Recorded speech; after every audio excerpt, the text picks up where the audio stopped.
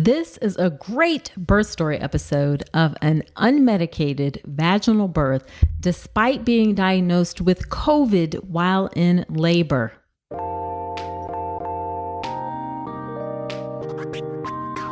Welcome to the All About Pregnancy and Birth podcast. I'm Dr. Nicole Calloway Rankins, a board-certified OBGYN who's been in practice for nearly 15 years.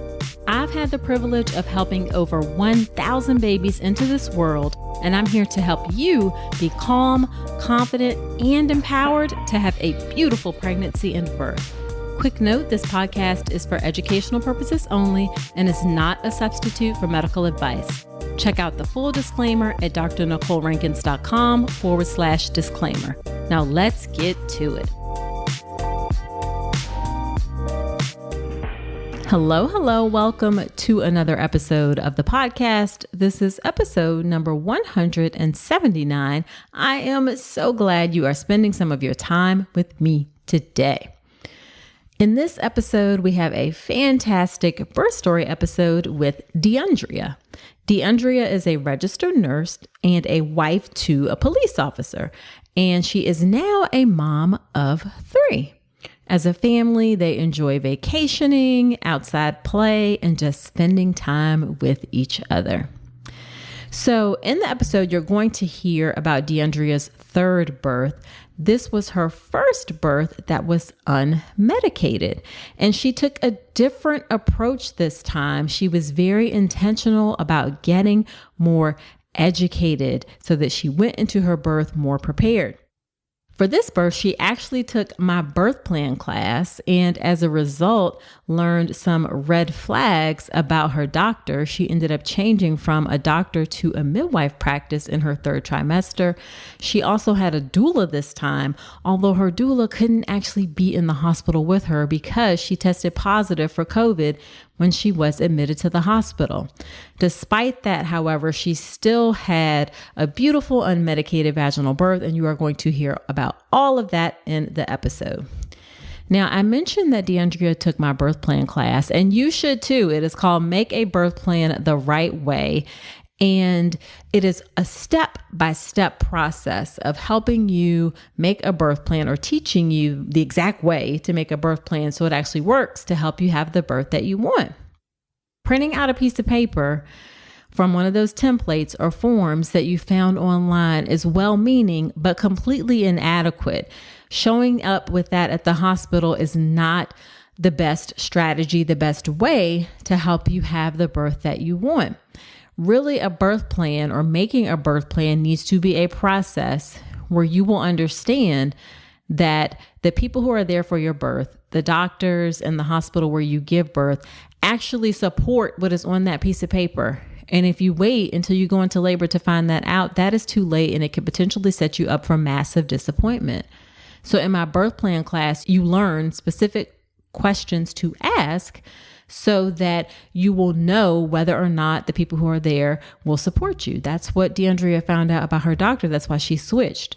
So you need to take the birth plan class. It's called Make a Birth Plan the Right Way. You can sign up for it at drnicolerankins.com/register.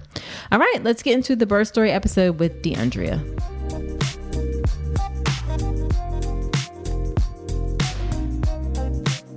Thank you, Deundria, for agreeing to come onto the podcast and navigating the little bit of tech challenges we had here recording. I am excited to have you come on and share your birth story. Yes, I'm happy to be here. All right. So why don't you tell us a bit about yourself and your family? So I am a registered nurse. I've been a nurse for about 8 years. My husband is a police officer. We got married 6 years ago. We have 3 kids. Allison, she's 5. Kaysen's 3, and Asher is 6 months. We love to go outside and play kickball. Family time is huge for us. Yeah. Of course, we have a busy schedule, but we try to make do and have that time. So Gotcha. And what kind of nurse are you? I am mostly step-down ICU, med-surg, telemetry. Actually, I am an instructor now at a college. Okay. Nice. That's a nice, I'm sure, maybe break, because step down folks were kind of getting slaughtered in COVID times. Yes. Yes. All right. So we are going to focus mostly on your recent birth, baby number 3. Just because that one was different than your other two. So we'll talk about how things were a little different this time around. For this one, you had an unmedicated birth and you had a doula, and we'll get to that. But first, let's talk about what your pregnancy and your prenatal care was like. Did you see a physician or a midwife? How did you feel about the care you received during your pregnancy? So when we decided, when we got pregnant, we found out, we decided to go back to the doctor that delivered our first, because we just love the hospital. But I found this podcast, and actually I have always wanted to pursue something like more not as much intervention, um, and just that comfort of being with someone that truly listens and that you're comfortable with. And so midwife was always in the back of my head. And literally, I would say we went to our OB for about 37 weeks. And finally, I actually used a few of your brochures to see if it was a right fit for me. Right. And I was asking questions, and there was some red flags. And what kind of red flags, if you remember?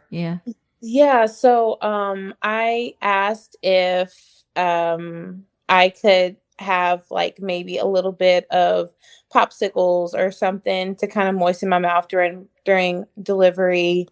Just something at my bedside. And he's like, absolutely not. Like, you can't anything to eat or drink once you come through the doors, pretty much, because of the risk of a possible C-section and the need to stay in PO. Yeah, that's a red flag. Yes, that was one. Another was delayed cord clamping. I really wasn't just so strict about it, but I just kind of wanted to have that time where by the time they get the baby on your chest, you're having that bonding time and cutting the cord kind of coexistently, I guess. Right. And he also kind of said that wasn't going to be feasible. The hospital is a firm believer on that, straight to the mother's chest, but it wasn't like he was truly interested in what I was asking. Okay. Yeah. So then at 37 weeks, did you change? Yes. Wow. Okay. So did you change to a midwife or another physician? I changed to a midwife. So I did not know that the hospital that we were delivering at actually has a midwife team. And when I found out about it, I took my husband. We both went for a consult. He was kind of on the fence about it because he didn't know really how it worked. But our first consultation, we both were like, this is where we need to be. And we transitioned over to the midwives team at the hospital. Gotcha. Were you worried at all about hurting your doctor's feelings or anything like that? There was just some things that I truly wanted. I know this was going to be our last baby. And I felt like I deserved to have the experience that I was looking for. And so I think that kind of just ruled it all. Gotcha. And I went for it. And was he ever, like, during your prenatal visits, was he ever mean or anything, or short, or was it just like, it wasn't until you kind of asked these more specific questions that you realized, hey, like, this is not gonna work? He was never mean. That wasn't the case. It just there was just things like, even with pain management. I do remember I told him that I wanted to do different positions and things like that, and he was like, well, as long as the telemetry, not the telemetry, but the monitors don't become affected. Like it was always like as long as this, as long as that. Gotcha. Gotcha. Gotcha. And but he was real he's still a like, really good doctor. I think overall I just from what I was looking for, that just wasn't it. Gotcha. Gotcha. Gotcha. And did you have any problems or issues during your pregnancy? With with my other two Yeah, pregnancies. with any of the three, like any blood pressure issues or issues I with the did. baby's growth or anything like that. I guess more I specifically did. with this third pregnancy that made him was there a reason why he would be have a heightened concern at all? Yes, I did have blood pressure issues in the past. So the first, it was pretty intense where my daughter's heart rate dropped, my blood pressure skyrocketed. I couldn't, I wasn't, uh, I had stayed at a 6 for a very, very long time. Okay. They actually rushed me to the emergency, to be to have a C-section. But then Okay. by the time I got an epidural, ended up getting an epidural, and by the time I got to the C-section room, everything was fine. I could still push and I could still feel everything, but it's like my blood pressure stabilized and her heart rate came back to where it needed to be. Okay. So that was the first time. Now the second time, it was pretty fast. I was able to the drive was about 40 we live in a rural area, and so the Uh-huh. drive is always about 45 minutes to an hour with all of the hospitals that I've delivered. Okay. And by the time we got there, I was at an 8, Okay. my second one. And everything was progressing, but then they restricted me to the bed. I couldn't move, I couldn't get up. My back was killing me. I kept asking to move. They just really wouldn't work with me in moving. Um, and I became to where I just stayed at an 8 for like I'd say 5 hours. Got the epidural again because I just couldn't take it anymore, and then half of my body was numb, the other half wasn't, Ooh. and Ooh. so that they kept tilting me and trying to find a way. It was just a bad experience. Both times was a Gotcha. bad experience. Gotcha. Gotcha. So So you and definitely then wanted something different this time. yeah, that second time I actually had to get on mag for my blood pressure. It was just still, it was pretty high in the 200s to the point where I had to go home on blood pressure medication. So Okay. it definitely was there in my history. Gotcha. But during your pregnancy, or especially, I guess, during this third pregnancy, did you have any issues with blood pressures? And I take it that midwives still felt comfortable taking care of you.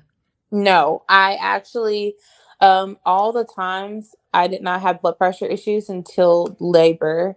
So even with this time, I did not have any blood pressure issues. It was stable. They had me on the baby aspirin, Uh huh. for prophylactically, but other than that, I didn't have anything wrong. Okay. Okay. Okay. So then at 37 weeks, you switched to the midwives. And then from there, how did things go? I think it went very well. They already had a lot of things on my birth plan in place. There was there was really nothing. I would ask them, okay, do you do this, you do that, and then they just would say, yeah, that's what we do. That's what we've always done. Okay. So it really felt Yeah. smooth going forward. It did. Even like the going into like the appointments, it was so different, like compared to getting up on a table, a medical table at the midwife's clinic. They had a couch and it was like calming music. I mean, it was just Mm, very different, just a different take on how prenatal to, care. yeah, absolutely. Absolutely. So, what did you do to prepare for your birth? I literally listen to the podcast every day, all day. I mean, so much, so much. I like I said, I live in a rural community, and Uh huh. so whenever I drive to work as well, about an hour commute. to and back. So that's 2 hours in the car, and literally I would just binge your the podcast. I love the birthing stories. There was a lot of things like whenever I was actually thinking about transferring to my OB to my to the midwives, there was a session that you spoke on with a birthing story, and she moved at 40 weeks, and I was like, oh, okay, Right, so it's right. possible. So it was that is really what I did. I don't really think I did much other than like a lot of your pain management things on your Uh-huh. website Right. and the birthing plan. I listened to that and Uh, created that. And then your podcast, yeah. nice, nice, nice, nice. So what are some things that you wanted for your birth? Yeah, so I the main thing is I wanted it to be no medication.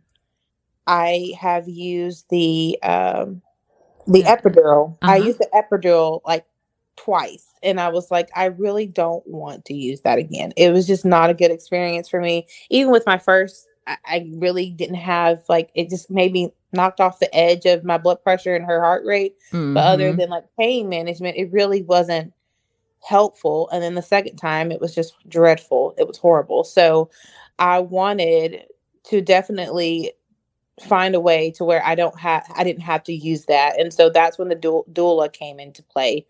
I heard from all your podcasts that's a really good thing to have, especially going into a non-medicated birth. And Right. so I got a doula. And I at what point did you hire a doula? How far along were you? I actually reached out to my doula, I would say 4 months in.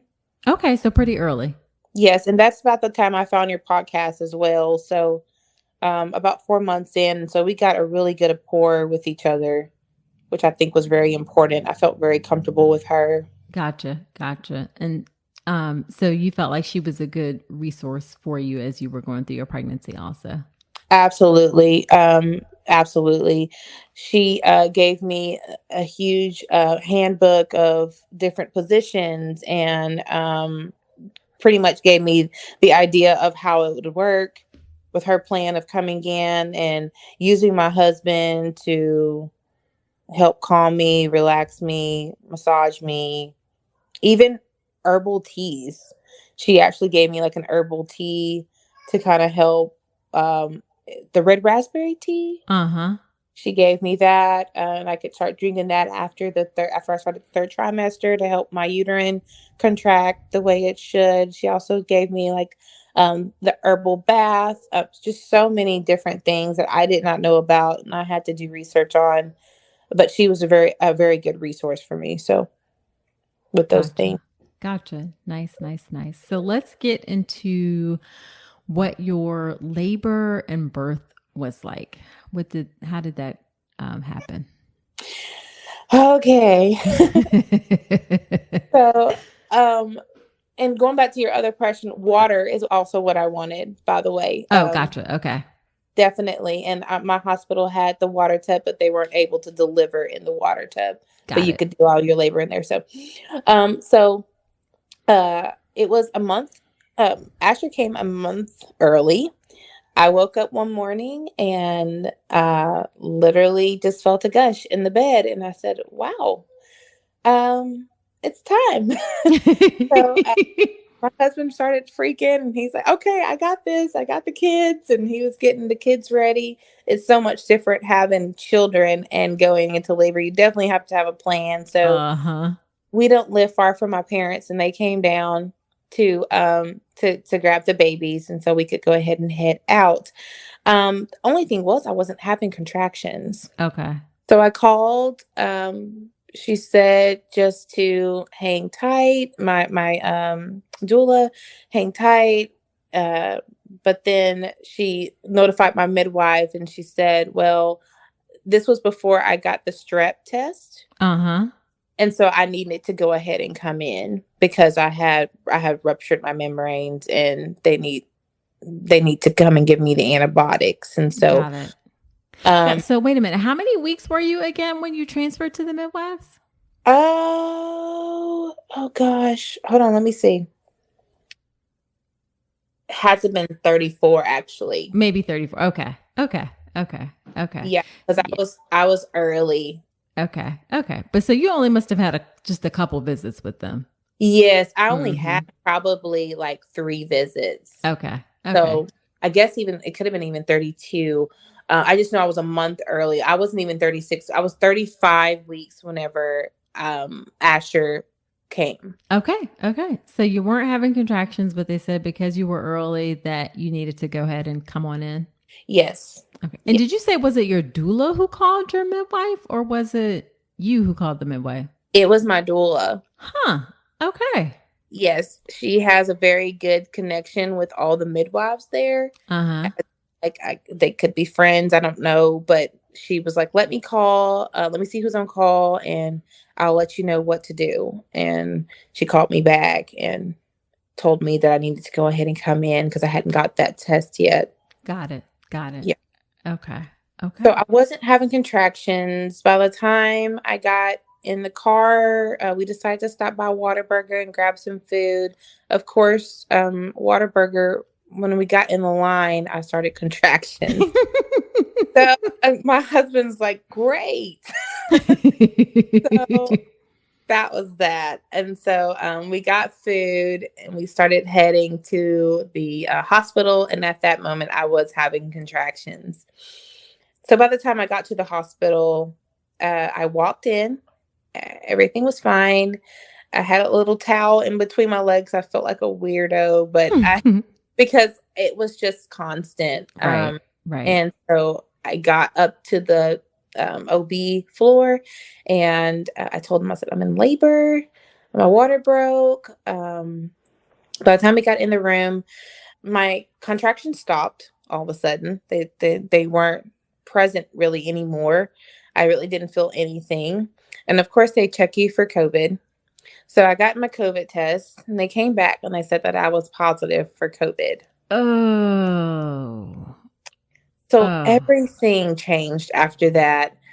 They wouldn't allow my doula to come in. And Okay. I was really upset about that because I bet.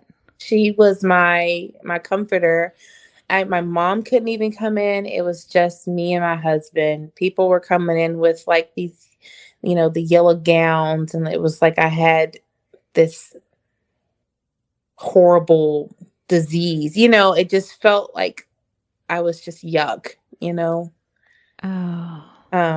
And so that was kind of like, oh my God, I cannot believe this Right. thing. I went into labor a month early, and now I'm positive for COVID and Right. can't leave, and my husband can't leave, and Right. I have everybody in here. So, Were you yeah. having any symptoms at all? So, a week before this happened, I had this crazy like sinus thing, and it was enough to like, I just felt so tired. I didn't know if that was it. That's all it was. It was just sinus. Mm-hmm. It wasn't like I didn't have a fever. I didn't have the chills. I didn't have any of the symptoms that you would think. That's all it was sinus pressure and I just wanted to sleep. Sure. And I Okay. guess that's kind of where it was. Uh-huh.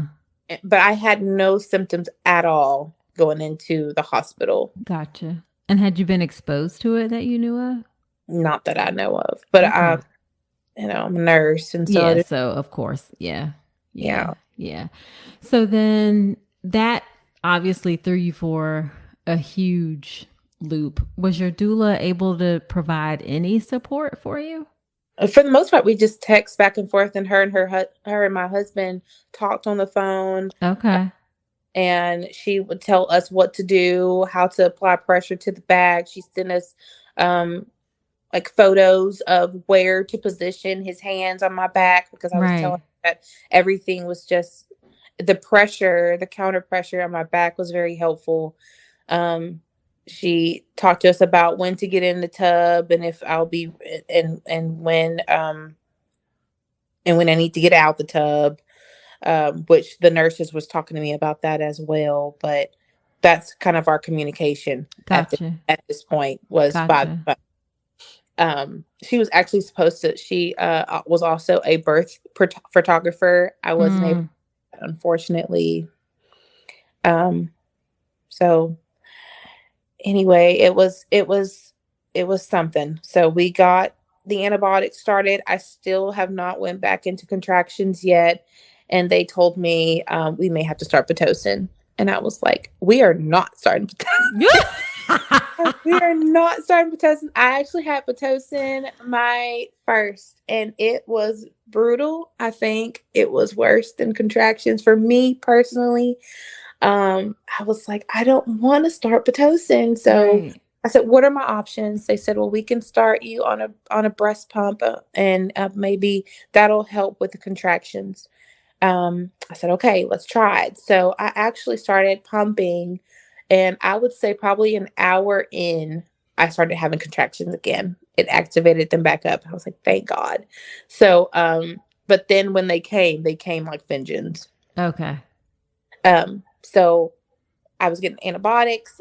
I was pumping. I started having contractions, and I went into labor, as it was like full blown contracted labor. At You that said moment, after about an hour of the after breast about pump. after about an Okay. hour with the breast pump, I went into labor. When I got there, I was at a 6, and literally between from 6 to for in 3 hours, I was pushing Okay. after the contraction started back. So that was pretty fast. It was very, very fast, very fast. I almost gave up. I was like, I may need something. My husband was there. He was so helpful. I wanted to get in the tub, but they wouldn't allow me. They would not allow me because of something. I cannot remember why, but I couldn't get in the water, and I really wanted Okay. to get in the water. But finally, they were like, okay, you can get in the water. So it takes forever for those tubs to fill up. Mm-hmm. And by the time I got in the water, it took 10 minutes to fill up the tub. And I was like, can I get in the water? Can I get in the water? They say, yes, you can finally get in the water. So I got in the water. I literally was in there for 3 minutes and got out the water. And it was like, I got to push or. Because they told me you cannot have this baby in the tub. If you start to feel the urge, you need to get out. And so I got in there, and I guess it must have relaxed me just enough to be ready. So I said, Okay. okay, I got to get back out. My midwife came in. She was in and out throughout the whole thing. That's another thing that was different for me. I never seen my OB in either first and second time until it was closer to birthing. Like they'd come maybe for a little bit at the beginning when I first got there, but then I never really saw them again. Right. Right. But this time your midwife With the midwives, it was they were a she lot was more in present. there with the nurses, like just constant, which I really appreciated. Okay. Especially since your doula wasn't there. So then what was pushing like for you? Pushing, I would say I pushed 5 times. Okay. Yes. It was very, it was, I mean, the experience was like night and day when it comes to going toward this approach. And I'm so thankful I had the guts to just advocate for myself if that was the experience that I wanted. Advocate for myself for that to happen. And so I pushed 5 times. Baby came out. I think she had to tilt my pelvis just a little bit, and everything was great. He came out. He was 6 pounds, 10 ounces a month early. His score was, I can't remember. I don't know how, it's been a while doing OB, but it was high. It was one of the highest scores. They said that he was perfect. It was great. Nice. So completely different than your other 2 experiences. Oh my gosh. It was so different. In a good way, of In course. a very good way. Yes. Yeah. Yeah. Do you regret like not doing it sooner, trying to do it this way? Or were you Yeah. just happy that you had this type of experience? I overall, I'm happy. I'm happy that they're all here. I have three beautiful babies. But I just wish that I had the education. I educated myself so much with this pregnancy. I wish I would have done that with the others instead Gotcha. of just kind of going through the motions. I think that that's huge, is educating yourself and Mm-hmm. all your options. And even postpartum, it was so simple. And to top it all off, I didn't have blood pressure issues. Mm. Yeah, I mean that's so strange. It's like, I've had blood pressure issues these last two times, but with this time I didn't. My blood pressure was fine. We So stayed an extra 3 nights just because Asher had bilirubin level, the jaundice. He had jaundice, sure. but that was with all of my babies. So he was just with them. They were all like that. So, and they wanted to watch him closely because he was technically a preemie because Mm-hmm. he wasn't at that, 36 weeks. Yeah. Yeah. Yeah. So, Okay. But he was able to go home with you. yes, he was able to go home. He never went to the IC, the PD Yeah. ICU. Yeah. Um, he never went to NICU. He never went to the NICU. He stayed in there with me. The only thing, like I said before, was we just couldn't leave and nobody could come in because I was considered COVID positive. So, Mm-hmm. but thankfully, they just kept us in our room, including the baby, Okay. and even the doctor, the pediatrician. He was actually happy at one point that I did have COVID because he said that the antibodies was transferable into the baby, Gotcha. depending on how long prior to me getting there that I had it. So, um, Gotcha. Gotcha. And then, so then afterwards, you didn't have any symptoms or issues or anything from the COVID. no, I had Okay. no issues from the COVID. Thankfully, Did your husband ever test positive? no, he never Okay. tested positive. It literally, we were just very surprised Right. that positive whenever we got there. I honestly think I had the actual virus the week before, and it was just me still being positive. Uh-huh. That's probably exactly what happened. And then did you breastfeed? I did. I breastfed all three. And with Asher, I went straight to it as usual.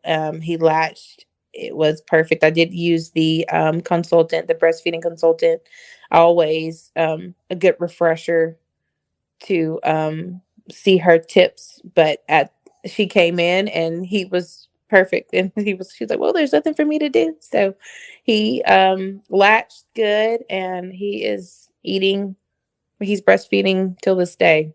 Okay. And how old is he now? He is now 6 months. Okay. All We right. just All started.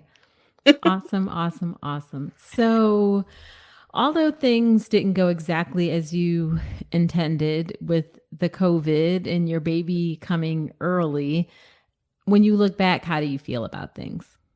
Well, I I'm just glad it all worked out. I was very scared when I went into when my water broke a month early. It was very Mm-hmm. scary. Um, I just didn't know.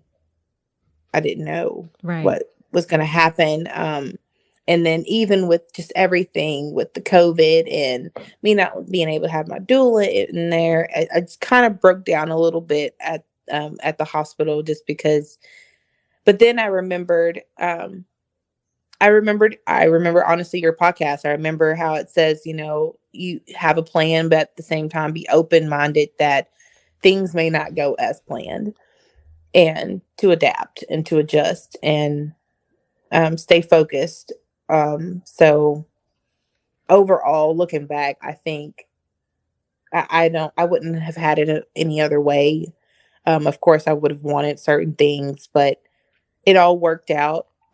at one point I was able to still get a lot on my birthing plan. I was able to have a child, my last child, non-medicated, and use water therapy, and have my husband present, and midwives be available and at hand. I mean, those are a lot of things that I feel like worked for my good. Yeah, absolutely. Absolutely. So then what is the one piece of advice or one thing you would tell women as they get ready for their birth? Educate. I Educate. thought you were going to say that. Education is so big, and I wish I would have known sooner. And I have multiple friends that were pregnant with me, and I would just say, "Hey, I seen this on this podcast. I'll send it to them." Or there was a lot of questions out there, and it's so simple just to kind of go with the motions.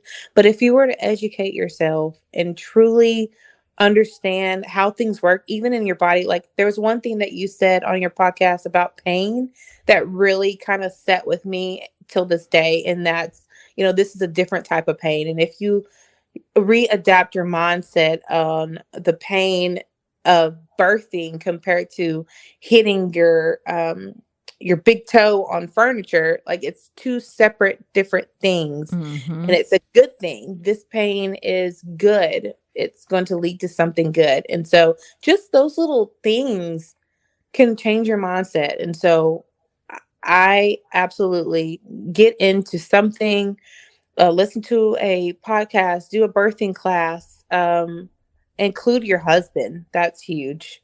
Or whoever your support system is. Those are the things that I guess. Yeah. Yes. Love it. And y'all, I promise I did not pay her to say any of those things. All righty. Well, thank you, Deundria, for agreeing to come onto the podcast. Where can women connect with you? And you can say nowhere, totally up to you. I'm on Instagram. I don't even know what my actual name is. Oh, that's okay. We can put it in. We can ask you later and put it in the show notes. Okay. All right. Well, thank you so much. I so appreciate you taking the time to come on and share your story of how this beautiful baby Asher was born. Yes. Thank you so much.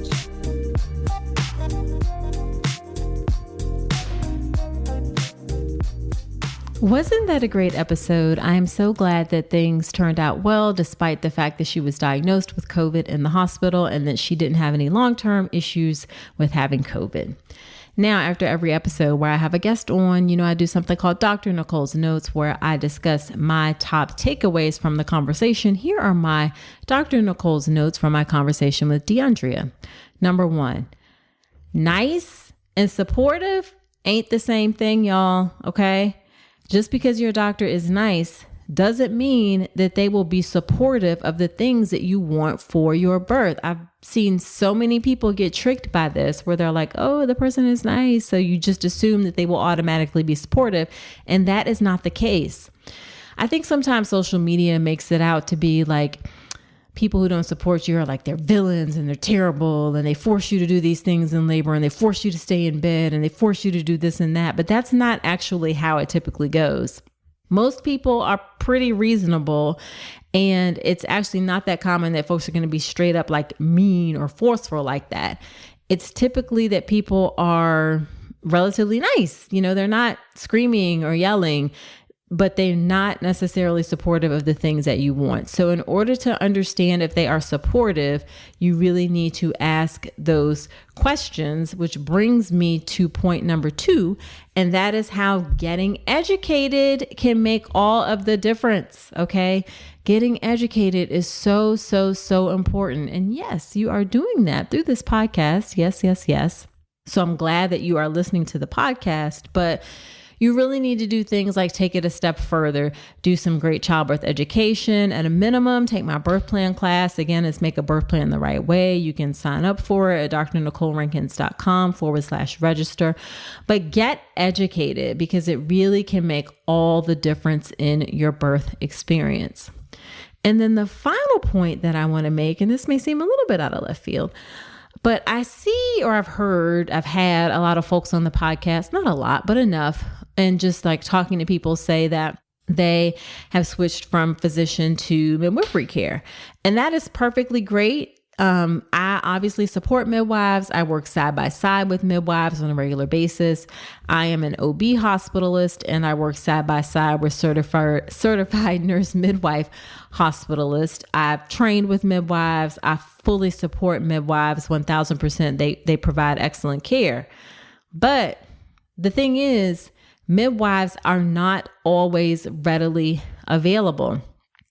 There are lots of places where you won't have access to a midwife. And quite frankly, although there certainly is a lot of push for having more midwives, I can anticipate that the OBGYN specialty field organizations will push back to some degree because they don't want to give up completely taking care of obstetrics. Like, I don't ever see that happening where we ever go to a model like, say, Europe, for instance, where there is primarily midwifery care for low risk people and doctors are only for high risk patients. I just don't see that happening. And even if it does happen, it's going to be decades before that happens because of education and training and all of that good, great stuff. So I say all that to say, if you can't find a midwife, then try to find a doctor who has midwife-like qualities. All right.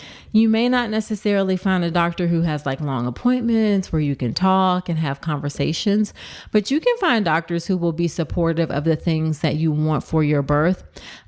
I am proud to call myself someone who is a doctor that has midwife-like qualities. As a matter of fact, I think that is what is going to be a temporary solution or something that needs to happen regardless, is that we adopt some of the things of midwifery care into our regular obstetric care for low risk patients. So you can find a doctor who has midwife-like qualities, who listens to you, who's patient, who gives you time, who answers your questions. So if you can't find a midwife, look for a doctor with midwife-like qualities.